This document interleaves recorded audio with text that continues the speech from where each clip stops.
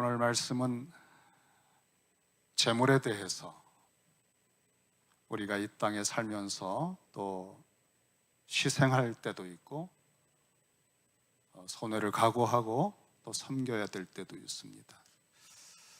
제자의 길을 주님이 오늘 명하시는데 참 힘든 말씀이지만 말씀 속에 주님의 뜻이 무엇인지 한번 찾아가시는 그런 시간 되기를 바랍니다. 한 사람이 주님을 찾아왔습니다. 오늘 말씀은 16절에 감탄사와 같이 시작합니다. 보라, 한 사람이 주께 왔다. 굉장히 그 사람이 돋보였던 것 같습니다. 그가 와서 선생님 하고 주님을 불렀습니다. 선생님이라고 불렀어요. 내가 무슨 선한 일을 해야 영생을 얻겠습니까? 이 사람은 관원입니다. 누가복음에 관원이라고 표현되어 있어요. 청년이었고 관원입니다. 그리고 이 사람의 특징은 부자입니다. 세 복음서, 공간복음 세 곳에 모두 기록된 사건입니다. 굉장히 중요한 내용이죠. 당시에 관원 그러면 산헤드린 공회원에 속할 수 있고요, 지방 공회원에 속할 수 있습니다. 청년인데 상당한 재력이 있습니다. 그리고 그가 어려서부터 나는 이 모든 계명을 지켰다. 병행 본문들을 찾아보면 그런 표현이 나옵니다. 하나님의 율법을 어려서부터 계명의 아들, 율법의 아들로 성인식을 치르는 12살 또는 13살부터 말씀을 철저하게 지켜왔다고 당당하게 말할 수 있는 사람, 굉장히 경건하고 진지한 사람이에요.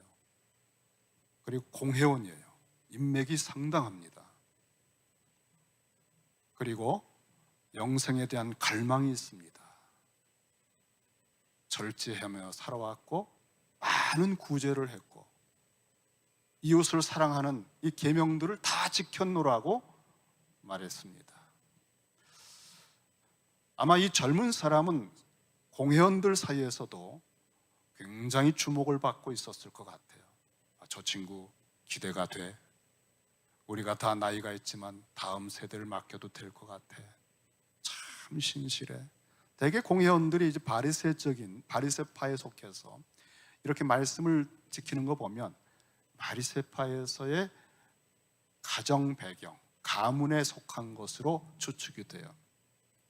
이런 사람들은 유대 사회에서 당시 그 계급의 어떤 것을 따진다면 거의 상위 0.0 몇 프로의 클래스에 속한 사람이에요. 사실 여기에서 이 사람이 왔을 때 보라 한 것은 이해가 됩니다. 어부 출신들, 세리 출신들, 이런 제자들이 볼 때 하늘의 별따기 같은 사람이에요. 너무나 부러웠고 존경할 만한 사람인데 이 사람이 온 겁니다.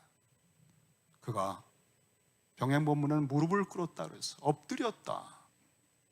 그러면서 뭔가 간절하게 주님에게 구할 것을 지금 얘기합니다.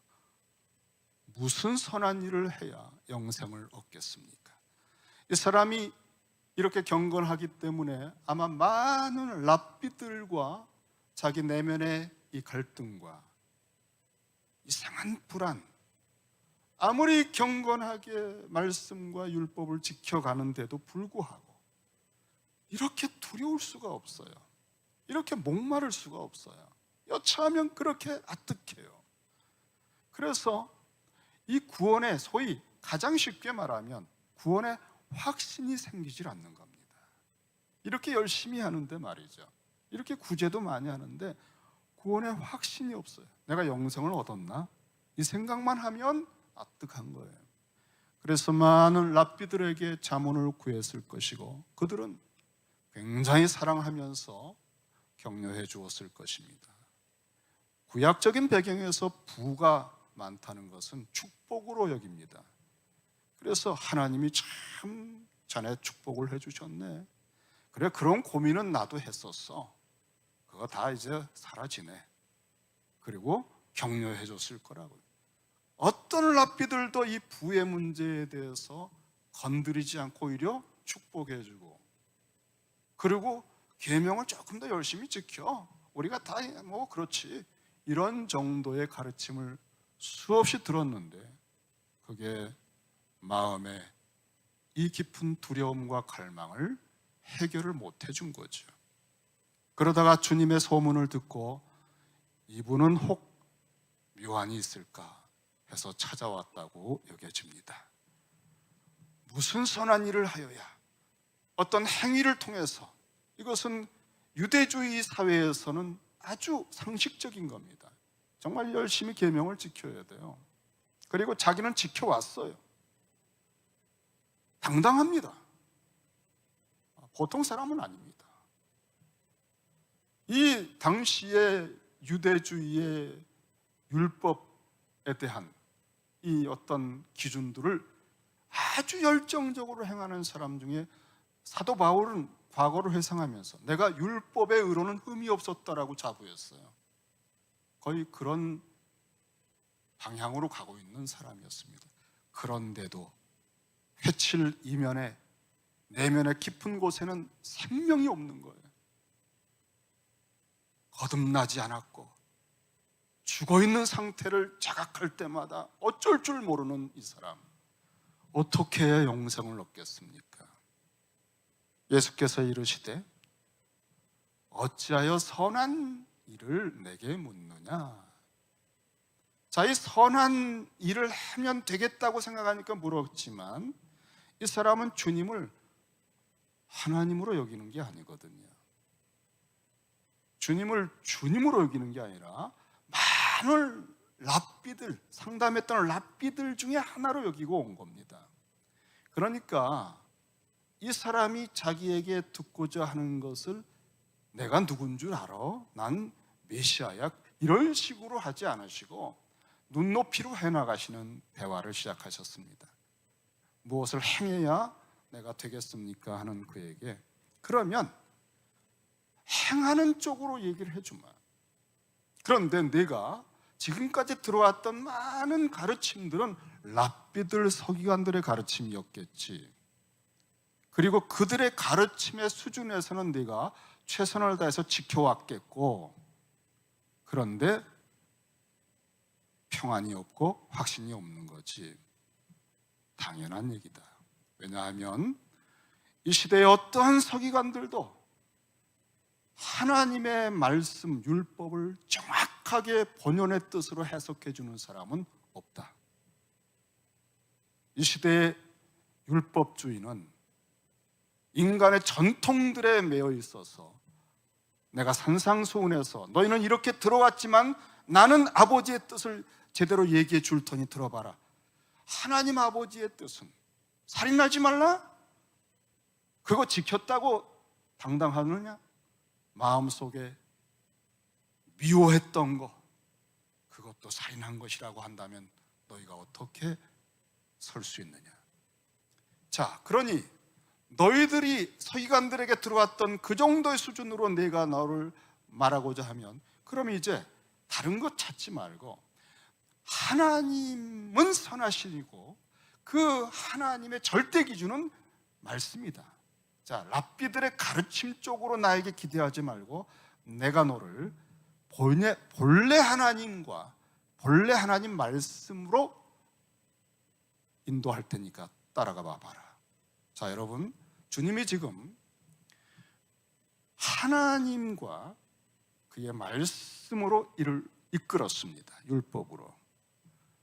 이 율법을 해석해 놓은 당시의 유대주의나 서기관들의 가르침을 듣고 살아왔던 이 사람에게 그런 거 말고 원본을 너에게 보여주마. 이게 중요하죠, 여러분. 율법을 원본으로 보면 내가 지켰다라고 하는 자부심이 다 무너지게 되어 있어요. 로마서 3장 20절에 보면은 율법의 행위로 그의 앞에 의롭다 하심을 얻을 육체가 없나니 율법으로는 어떤 기능이냐? 죄를 깨달음이라 그랬어요. 율법을 통해서 주시고자 하는 건 죄에 대한 깨달음입니다. 내가 죄인이구나 하는 걸 자각하지 못했던 사람도요, 율법을 정확하게 들이대면요, 하나도 지키지 않고 살아왔다는 걸 소스라쳐 알게 돼요. 그리고 지킬 수도 없구나, 내 속마음이 그때 죄인이라고 하는 사실을 알게 돼요.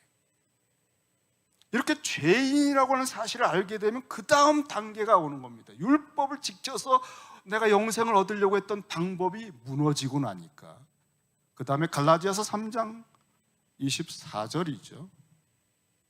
이같이 율법이 우리를 그리스도께로 인도하는 초등교사가 되어 우리로 하여금 믿음으로 말미암아 의롭다함을 얻게 하려 함이라. 이렇게 율법에서 절망한 사람이 갈 수 있는 곳은 딱 한 곳이에요. 그리스도입니다. 그래서 그리스도께서, 오늘 주님께서 이 사람을 당신에게 이끌어 오시는 중간 단계 가이드로 율법을 맞닥뜨리게 한 겁니다. 그 율법을 정확하게 들이대면 아이고, 내가 지킬 수가 없네요. 이제 보니까 이렇게 나와서 그 다음 단계의 주님을 발견할 수 있는 그런 코스로 눈높이 인도를 지금 하고 계신 거예요. 내가 생명에 들어가기를 그렇게 원하는데, 그러면 하나님의 원래 말씀을 지켜라.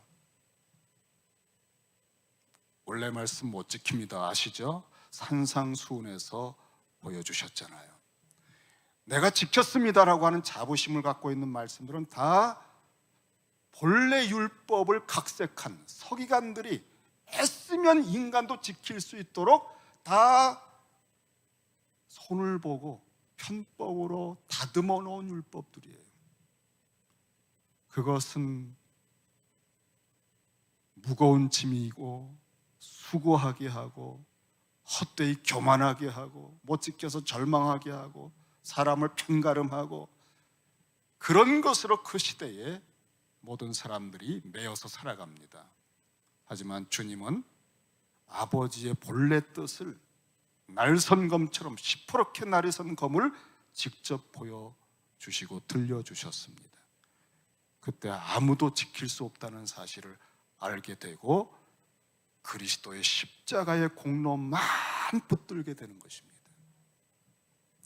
바로 이것이 우리가 구원받는 길이고, 율법을 초등교사로 삼아서 지금 이 부자 청년을 데려오고 있으신 거예요. 계명을 지켜라.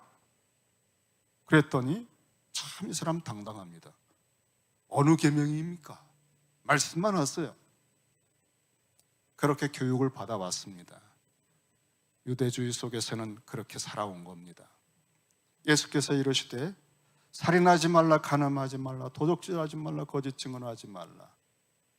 여기 내 부모를 공경하라까지 5계명, 6계명, 7계명, 8계명, 9계명까지 말씀하셨습니다.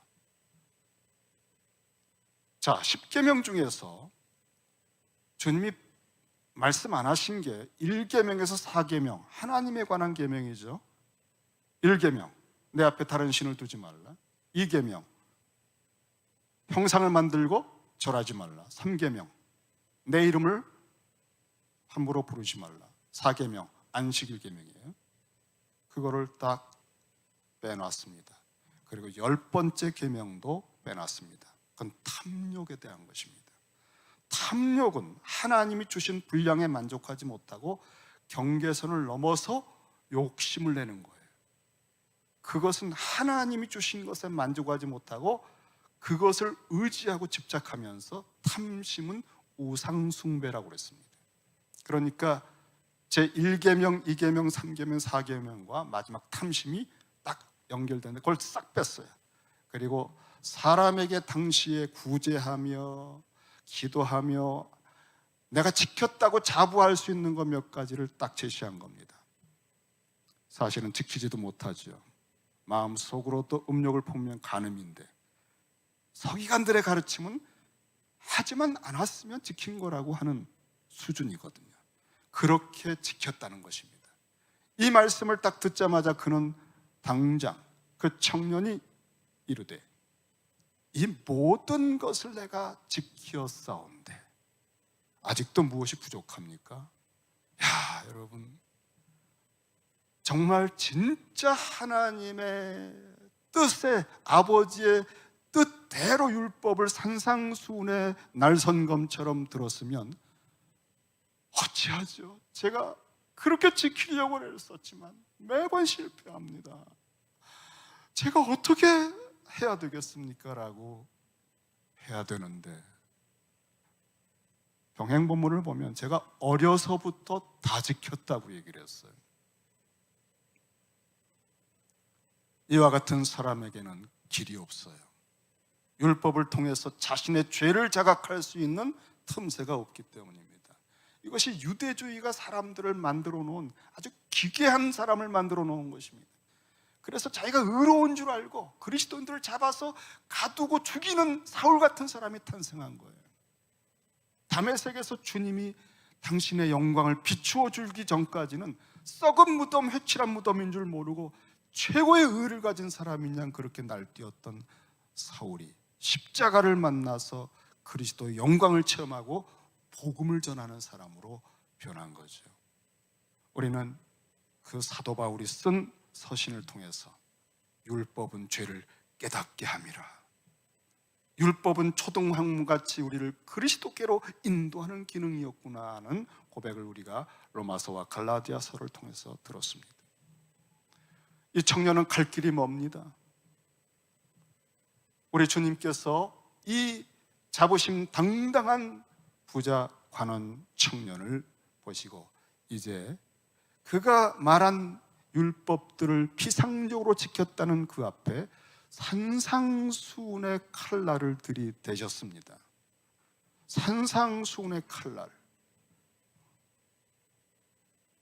산상수훈의 칼날 중에는요, 제1계명부터 4계명까지 하나님 절대 우선 먼저 그의 나라와 의를 구하라고 하는 말씀을 풀이해서, 재물과 연관시켜서 풀이해서 놓은 말씀이 있습니다.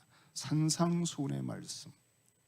산상수훈 마태복음 6장 19절에 보면 너희를 위하여 보물을 땅에 쌓아두지 말라 하는 말씀이 나오고요, 20절에 보면 오직 너희를 위하여 보물을 하늘에 쌓아두라 하셨고요, 21절에 보면 내 보물이 있는 곳에 그곳에는 내 마음도 있느니라 하였고, 다음에 24절에 한 사람이 두 주인을 섬기지 못할 것이니 혹 이를 미워하며 저를 사랑하거나 혹 이를 중히 여기고 저를 경히 여김이라. 너희가 하나님과 재물을 겸하여 섬기지 못하느니라 하셨어요. 하나님과 재물을 겸하여 섬기지 못한다. 산상수훈이 10계명에 1계명 그리고 2계명을 풀이한 것입니다. 산상수훈 버전으로 탐욕 10계명 10번째 계명까지를 포함시킨 겁니다. 그런데 주님께서 이 청년을 마음을 깊이 들여다보셨을 때 이 청년은 관원이고 부자이고 그리고 젊고 당당합니다. 그러나 그의 내면의 깊은 곳에는 그가 가진 많은 재물이 어느새 영적인 화학 반응을 일으켜서 단순히 물질과 재물에 머물러 있지 않고 형상화되고 있어요. 만몬으로. 그래서 이 사람의 말투, 표정, 거동, 그 모든 것 속에 많은 재물의 영향력이 나오고 있어요. 당당한 배경에는 재물이 있었던 거예요. 누구한테도 꿀리지 않는 그런 당당함이, 그리고 구제를 많이 해서 명망을 얻고 인정과 칭찬을 받았는데 그렇게 할 수 있는 힘도 재물에서 나온 거예요.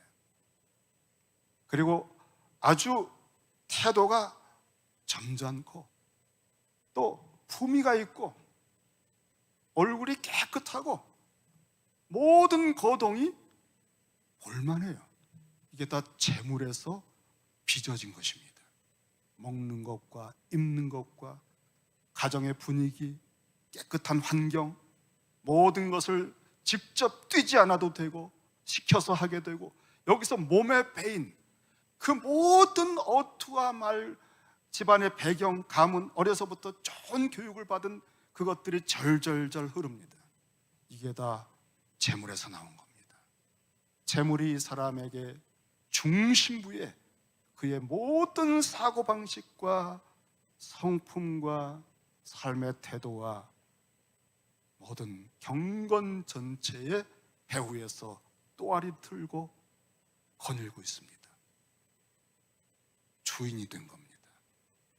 하나님과 재물을 겸하여 섬길 수 없는데 어느새 이 재물이 이 사람의 배후에 신이 됐어요. 신성적인 영역이 된 거예요. 아무도 이 부분을, 이 사람 마음의 깊은 중심부에 재물이 눈을 번뜩이며 신처럼 군림하고 있는 걸 아무도 알아채지 못했고, 랍비들을 만나고 서기관들을 만나서 상담을 해보면 모두 축복을 해주는 거예요. 재물이 있는 그대여 하나님 복 주신 거야. 좀 고민이 되겠지만 좀 괜찮아져. 아무도 눈치를 못 챈 겁니다. 그런데 주님이 그걸 꿰뚫어 본 겁니다. 뭔가 이상한 게 그 속에 있는 겁니다. 그래서 그 재물을 정타로 때리면 이 사람 전체가 얼굴이 새하얗게 돼서 근심에 떨면서 어쩔 줄 모르게 돼 있어요. 그 정도로 그 재물이 그 사람 자체가 되어버린 겁니다. 과연 그럴까요? 그래서 주님이 산상수훈의 말씀으로 1계명, 2계명, 10번째 탐욕의 계명을 적용을 시켜주신 말씀이 21절이에요. 산상수훈에서는 온전하다라고 하는 단어가 딱 3번 나오는데, 2번은 하늘에 계신 우리 너희 아버지의 온전하심 같이 온전하라. 그리고 오늘 본문입니다. 하나님 아버지의 형상을 가진 네가 온전하기를 원하느냐? 그렇다면 내가 이제 말해주마. 재물이 아니라 하나님의 자녀가 되도록 이렇게 해라. 예수께서 이르시되 네가 온전하고자 할진대 가서 내 소유를 팔아 가난한 자들에게 주라. 병행 본문엔 다 팔으라 그래서 다 가난한 자들에게 다 주고 주라. 그리하면 또 산상수훈을 말씀합니다. 보물을 하늘에 쌓아두라는 말씀하셨죠. 6장에서. 그리하면 하늘에서 보화가 내게 있으리라. 그리고 와서 나를 따르라. 영생은 이 계명을 지켜서 얻지 못합니다. 계명은 평생 매일 매순간 지켜야 돼요. 그러다가 한 번 삐끗하면 지옥이에요. 그래서 율법을 지켜서 의를 얻고자 하는 궤도에 들어선 사람은 이미 저주를 받은 거예요. 그 길에선 소망이 없어요. 그러니까 그렇게 다 나눠주고 구제한다고 해서 영생을 얻는 게 아니에요. 다만 그 우상을 버려야 됩니다. 일종의 회개를 요청한 겁니다.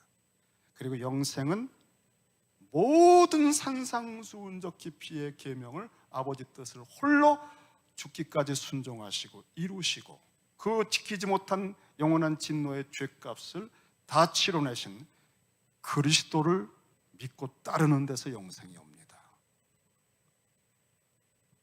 주님이 이 말씀을 하셨을 때 주님의 말씀이요, 이 말씀으로 인해서 이 말씀이 이 사람 중심부에 또아리 틀고 있는 우상화된 재물신의 정수리를 강탈했어요.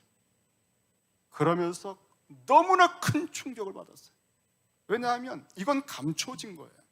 어떤 랍비나 서기관들도 거기를 지적을 안 합니다. 그냥 축복해 주는 거예요. 하나님 축복이라. 그런데 주님은 그 실체를 가지고 그거 다 흩어버려라 그랬어요. 너 그거 없이 살 수 있어? 그때 그 재물이 없는 자신을 생각하니까 도저히 살 수 없다는, 이미 중독되고 우상으로 섬기고 있는 사람이기 때문에 얼굴이 하얗게 됐어요. 마가복음에 나온 슬픈 기색을 가지고 돌아갔다는 게 얼굴이 하얗게 됐어. 충격을 받아서 어쩔 줄 모르고 돌아가는 모습을 표현한 것입니다. 그 주인, 재물이라는 주인을 잃어버리면 갈 바가 없는, 어떻게 하지 나? 그런 두려움과 공포와 염려가 그를 덮친 거죠. 우리가 어디에 나를 기대고 빚어가고 있나? 우리가 내가 어떤 형상으로 빚어져 가고 있나 하는 것이 겉모습으로는 잘 몰라요. 굉장히 경건하게 칭찬받으며 살아온 사람입니다. 정말 중심으로부터 그리스도의 형상으로 성화되어 가는 길을 가지 않으시면 마지막 날에 이 꼴을 당하면 큰일 나겠습니다. 베들레헴교 성도님들이요, 우리가 일찍 폭로당하고 죽음이 오기 전에 십자가에 미리 죽어서 마지막 날에 칭찬과 존귀의 자리에 이르게 되기를 주의 이름으로 축원합니다. 이 청년이 이렇게 돌아간 후에 주님이 제자들에게 하시는 말씀이 23절부터 나옵니다. 예수께서 제자들에게 이르시되 내가 진실로 너희에게 이르노니 부자는 천국에 들어가기가 어려우니라. 어느 정도인가를 한 번 더 강조했어요. 낙타가 바늘기로 들어가는 것보다도 어렵다, 불가능하다는 거죠. 팔레스틴에서 가장 큰 짐승이 낙타입니다. 가장 작은 문은 바늘귀입니다. 불가능하다는 거예요. 그러니까 저렇게 상위 0.몇 프로의 최고의 클래스를 가진 경건한 사람으로 칭찬받는 사람이 못 들어가면 누가 들어갑니까? 이번에는 제자들이 충격을 받았네. 그때 주님이 하신 말씀이에요. 주님께서 말씀하기 전에 26절에 보면은 재미있는 표현이 나옵니다. 예수께서 그들을 보시며 그랬어요. 그 놀라서 그럼 누가 구원을 받아요? 라고 하는 그 제자들을 가만히 들여다보셨어요. 그리고는 말씀하셨어요. 사람으로서는 할 수 없다. 하지만 하나님으로서는 다 하실 수 있다. 여러분, 구원은요, 절대적인 하나님의 은혜입니다. 여러분이 뭔가 열심히 해서 얻으려고 하는 시도를 한다면 제가 장담합니다. 저주의 트랙에 들어서신 겁니다. 하나님께서 열어주지 않으면 나를 구원할 그리스도의 영광이 보이질 않습니다. 눈앞에 두고도 그냥 랍비 선생으로 보입니다. 저거 요셉의 아들 아니야? 그렇게 보이다가 낭떠러지로 밀어 죽이려고까지 합니다. 우리가 구원의 길이 유일하게 그리스도이신데, 그리스도를 아버지가 보내셨는데 이 그리스도가 그 영광이 보여야 내가 믿을 거 아니에요. 그래야 율법의 절망에서 살아날 거 아니에요. 그것은 하나님만 하실 수 있어요. 요한복음 6장 65절에 보면은 아버지께서 이끌지 아니하시면 아무도 내게 올 수 없다 그랬어요. 그리고 마태복음 11장 27절에 보면은 아버지 외에는 아들을 아는 자가 없다 그랬습니다. 그리고 너희는 나를 누구라고 보느냐? 주는 그리스도시고 살아계신 하나님의 아들입니다라고 얘기했을 때 베드로가 얘기한 그 신앙 고백에 대해서, 그것은 베드로가 똑똑했을까요? 아니 관찰력이 좋아서 오래 보니까 그게 깨달아졌을까요? 아닙니다, 여러분. 우리 주님이 말씀하셨잖아요. 참 너 복이 있다. 그거 알게 한 것은 사람이 아니다. 하늘에 계신 아버지시다. 아버지가 내 눈을 열어주셨구나. 내가 누구인지 알아보게 해주셨구나. 너 참 복이 있다 그랬어요. 하나님은 다 하실 수 있어요. 부자라 할지라도, 어떤 죄인이라 할지라도 눈을 열어주시면 거듭나요. 그건 하나님의 주권이에요. 하나님의 역사입니다. 그 부자가 어떻게 됐을까요? 딱 끝내버릴 수는 없어요. 어떻게 또 다른 길이 있었을 거라고 봅니다. 왜냐하면 마가복음에 보면 주님께서 이 계명을 다 지켰다고 그렇게 살아온 삶에 대해서 주님이 그를 보시고 사랑하셨다 그랬어요. 저는 여러분에게 오늘 시간이 많이 갔지만, 그러면 우리가 어떻게 이 하나님이 해주시는 그 은혜의 세계, 주님을 보고 재물에 대해서 이렇게 다 버리고 가라고 하는 건 누구한테나 하는 말씀 아니에요. 걱정하지 마세요, 여러분. 그리스도인들에게 모두가 받은 명령은 뭐냐면, 모든 재물에 대해서 청지기 자세를 가지라는 겁니다. 내 것이 아니라는 거죠. 그러니까 다 버린 거나 똑같아요. 그러나 청지기 자세를 가지고 가정을 꾸리고 비즈니스하고 직장을 가지는 것이 그리스도인들입니다. 그럴 때 많이 부어주실 수도 있어요. 그걸 쓰는 그릇이 될 수도 있어요. 그러니까 어느 경우에는 그걸 직접 버리고 주님에게 전심으로 따라가는 경우도 있습니다. 풀타임 사역자 같은 경우는 다 내려놓습니다. 그리고 그냥 신학교 가고 뭐 선교사 하고 그렇습니다. 그러나 똑같습니다. 물질에 대해서는 다 청직입니다. 그 말은 주님만 의지한다는 거예요. 주님만 의지하여 기쁨이 있고 힘이 생기려면 주님의 영광을 봐야 돼요. 그래서 우리가 이렇게 재물도 버리라고 하시는 특별한 명령을 하시면 흔쾌히 버릴 수 있으려면 주님의 영광을 보면서 나를 키워가야 돼요. 자꾸 재물을 쓰는 재미와 재물을 가지고 받았던 사람들의 좋은 시선들이 습득이 돼서 그 재물에 의해서 자꾸 의지하는 마음이 생기면 여러분 속에서 그게 영적인 화학 반응으로 우상이 돼요. 그때 청지기 정신이 싹 사라지고 오늘 같은 경우에 주님이 오셔서 다 흩어버리셔요. 그래야 살거든요. 청지기 정신을 가진 사람에게는 주님이 더 부어줄 수가 있어요. 좋은 그릇이고 좋은 주님의 도구거든.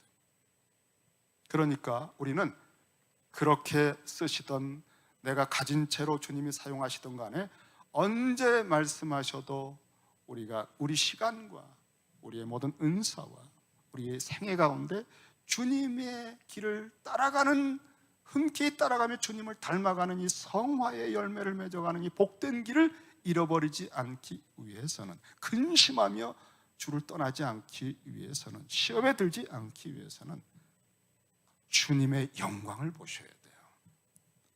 두 가지, 주님의 영광을 보는 두 가지 측면을 말씀드리고 오늘 말씀을 마무리하겠습니다.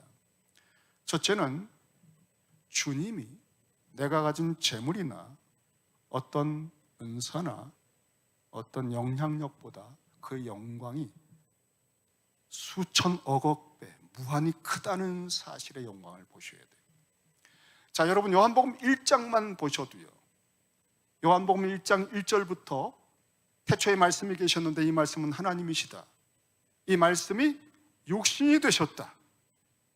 그러니까 이 말씀은 하나님이신 거예요. 성육신하신 주님은 하나님이신 거예요. 1장에서 예수 그리스도는 하나님이다 뻥 때리고 시작합니다. 나머지 모든 21장까지의 그리스도의 걸음걸음을 볼 때는 하나님이 걸으신다, 하나님이 말씀하신다, 삼위일체 이 성자 독생하신 하나님이 지금 말씀하신다, 그런 관점으로 보고 들어야 돼요. 그 하나님이 요한복음 1장 2절 3절에 보면 천지만물을 창조하셨대, 주님이, 예수께서. 그러면 이 부자가 가진 그 큰 재물은요, 만물을 창조하신 그 모든 만물에 비하면 티끌과 먼지보다도 못한 거예요. 주님의 영광을 하나님으로, 만물을 창조한 분으로 영광을 보게 되면 내가 이 재물을 어떻게 버려 하는 거기에서 아주 버릴 수 있는 용기가 생겨요. 왜? 주님의 영광이 엄청난 걸 알았거든요. 그 주님의 영광 속에는 만물을 통치하는 권세가 있기 때문에 내가 그 재물을 버린다 해도 주님은 갚아주실 수가 있어요. 만물을 통치하기 때문에.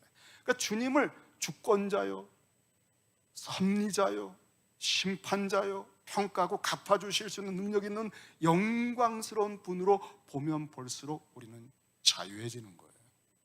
그리고 주님을 따라갈 수 있는 힘이 생기는 거예요. 그리스도의 영광을 보고 기뻐하면 할수록 우리는 주님을 더 따라갈 수가 있습니다. 우리를 붙드는 것들의 세력이 다 배설물 같다는 사실을 느끼니까 여러분, 배설물 묻으면 어떻게 해요? 아깝다 그래요? 어디 물 없나 닦아서 그냥. 우리가 주님의 영광이 그리스도를 아는 지식이 가장 고상함이라는 영광이 보이는 것이 그리스도인들에게는 사는 길입니다. 우리 주님은 갚아주시는 분이라고 그랬죠. 심지어 물 한 그릇을 봉사한 것도 완전하게 갚아주십니다. 오늘 너의 가진 재물을 다 흩어 가난한 자들에게 주라. 그리고 나를 따르라 그랬어요. 그거 어디 갔습니까? 하나도 낭비하지 않았습니다. 왜냐하면 그러면 하늘에서 보화가 있으리라 그랬어요. 주님은 철저하게 갚아주십니다. 여러분들은 이 땅에서 봉사하는 것, 시간을 봉사하고 재물을 헌금하고 우리가 다른 사람에게 겸손하게 낮춘 모든 것들은 하나도 잃어버리지 않았습니다. 더 좋은 것으로 갚아주십니다. 이것이 주님의 영광을 보는 거예요. 이런 주님의 영광을 볼수록 그리스도인다운 태도가 나오게 될 것입니다. 섬기는 것이 자유해지고 주님을 따라가는 기쁨과 찬양이 나올 거예요. 두 번째는 주님의 영광, 물론 상급이 있으니까 됐다 그렇게 말씀을 하는 것에 대해서 제자들이 이 다음 구절에 보면 굉장히 탐욕을 부렸어요. 그때 말씀하셨죠. 나중된 자가 먼저 될 수도 있어. 정신 차려. 상급은 은혜야. 너희들이 받을 자격이 있어서가 아니라 내가 더해주는 은혜다. 상급을 생각하지 마시고 주님을 바라보고 가시면 돼요. 두 번째로 어떤 유익이 있는가? 주님의 영광을 보면 주님을 닮아가게 되는 복이 있습니다. 빌립보서 2장을 보면 주님은 어떤 영광을 가지셨는가 하면 본래 하나님의 본체이셔요. 하나님과 동등되시는 분인데 그걸 취할 것으로 여기지 않고 자기를 비워 종의 형체를 가지고 사람들처럼 되신 겁니다. 낮아지신 거예요. 그리고 낮추시고 죽기까지 복종하셨는데 십자가에 죽으신 겁니다. 그래서 이러므로 빌립보서 2장 9절에 하나님이 그를 지극히 높여 모든 이름 위에 뛰어난 이름을 주셨다는 것입니다. 이 주님의 낮아지심의 영광, 가슴 떨리도록 경외감이 솟는 그 겸비하신 영광과 그 길을 통과해서 만유 가운데 높아지신 영광을 바라볼 때 이것이 바로 섬기는 결과로구나. 우리가 주님의 이 영광을 사모하면 우리는 섬기는 것에 자유가 돼요. 주님의 성품을 담게 돼요. 너희가 이 마음을 품으라 그랬잖아요. 자꾸 주님의 영광을 보면 볼수록 그 성품이 우리 속에 덧입혀집니다. 그럴 때 가난한 이들을 위해서 흩어주는 거 기쁨이 납니다. 내가 무엇이 가운데 주님처럼 이렇게 줄 수 있나? 우리 주님께서는 누구십니까? 이 부자 청년에게 있어서 그 재물이 크다 그랬어요. 그걸 못 버리고 지금 백지창처럼 근심하며 돌아갔습니다. 하지만 이 부자 청년에게 말씀하는 주님은 누구셨어요? 주님은 하늘의 모든 부를, 권세를, 하늘과 땅의 모든 부유함을 다 가진 전 세계의 영순위 부자 청년이셨습니다. 그 부자 청년이 아버지의 이름과 하나님의 나라를 위해, 그리고 여러분들이 그 나라의 상속자가 되게 하시기 위해 그 모든 부와 영광을 버리고 이 땅에 가난한 자로 오셨습니다. 그리고 그 가난이 어디까지 갔는가? 여러분을 위해서 십자가까지 가셨어요. 거기서 겉옷을 내어주시고 속옷까지 내어주셨습니다. 벌거벗은 수치는 에덴에서 죄를 짓고 쫓겨날 때 처음 겪었던 벌거벗은 수치입니다. 우리가 겪었던 그것을 덮어주시기 위해서, 에덴의 기업을 상실한 처절하게 가난해진 우리를 부욕해 하시기 위해, 의롭게 하시기 위해 그 십자가에서 완전히 벌거벗긴 수치를 다 뒤집어쓰고, 우리가 그렇게 탐욕을 부리며 재물을 우선순위를 두고 염려하며 살아가던 모든 삶의 죄악의 진노를 다 뒤집어쓰고, 그리고 너희가 집이나 전토나 가족으로부터 버림을 받으면 갚아주리라 했습니까? 우리 주님께서는 유일하게 버팀목이셨던 가족 아버지로부터도 영원히 버림을 받으시면서 여러분을 회복시키기 위해서 그 부자 청년이 가난해지신 겁니다. 그리고 여러분에게 요구하세요. 너희를 가진 것들에 집착하지 말고 그것을 가지고 섬겨라. 무슨 말씀이죠? 나의 영광에 동참하라는 것입니다. 주님께서 우리에게 요구하시는 것은 목숨을 달라고 하셔도 과한 것이 아닙니다. 주님의 영광을 보고 나면 내 목숨을 쓰시겠다고 하는 것이 너무나 감사한 거예요. 주님이 쓰지 않으시면 여러분 재물 아무것도 아닙니다. 썩어버려요. 하늘에 쌓이지 않은 것은 다 없어져요. 주님은 쓰지 않으시는 재물도 있어요. 아무리 세상적으로 탁월해도 주님이 거들떠보지 않는 사람 많습니다. 우리 같은 사람을 부르셔서 쓰시겠다고 하실 때는 그 부자 청년이 다 버리고 오셔서 말씀처럼 우리 주 예수 그리스도의 은혜를 너희가 알거니와 고린도후서 8장 9절에 부요하신 이로서 너희를 위하여 가난하게 되심은 그의 가난함으로 말미암아 너희를 부요하게 하려 하심이라. 기업을 잃어버린 여러분, 그리스도 안에서 모든 기업을 회복할 것입니다. 여러분과 함께 시카고가 그 기업 회복의 신년을 누리게 될 것입니다. 기도하십시다.